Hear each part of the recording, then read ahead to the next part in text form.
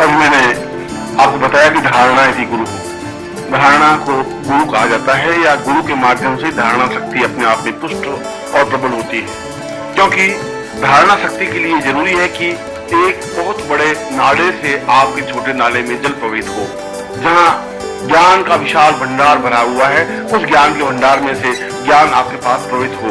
सूर्य के माध्यम से दीपक की लौ लगे, वसंत के माध्यम से आप में सुगंध का झोंका प्रवाहित हो, और यह वसंत, यह सूर्य अपने आप में गुरु ही हो सकता है।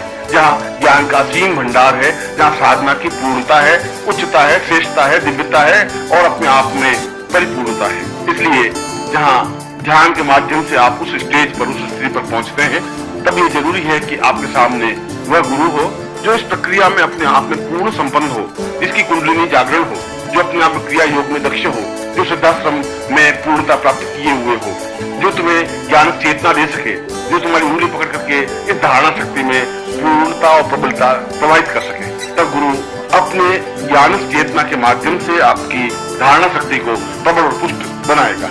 ये बनाएगा कि आपने जो कुछ अनुभव किया है, जो कुछ प्राप्त किया है, वह ज्यों का त्यों बना रह सके, उसमें विसंकलता नहीं आए, उसमें न्यूनता नहीं आए, उसमें किसी प्रकार की कमी नहीं आए। और यह कमी तब तक नहीं आ सकती जब तक आप बराबर उस क्रिया और प्रक्रिया को चालू रख सकते हैं। परंतु यदि आपने कुछ समय बंद कर दिया तो फिर ध्यान शक्ति में न्यूनता आ जाएगी। इसमें कोई दो राय नहीं कि यदि आपने ध्यान प्रक्रिया कुछ समय तक बंद कर दी तो ध्यान प्रक्रिया में न्यूनता आएगी।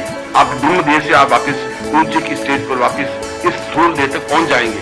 परंतु यदि आप धारणा शक्ति में पहुंच गए हैं तो फिर आप जहां पहुंचे हैं वहां से वापिस निकलने का या वापिस जाने का रास्ता नहीं रहेगा। फिर आप में न्यूनता नहीं आ सकती, फिर आप में किसी प्रकार की कमी नहीं आ सकती। जो कुछ आपने प्राप्त कर लिया वह तो रहेगा ही, निरंतर आगे बढ़ने की प्रक्रिया होगी, पीछे हटने की प्रक्रिया नहीं होगी।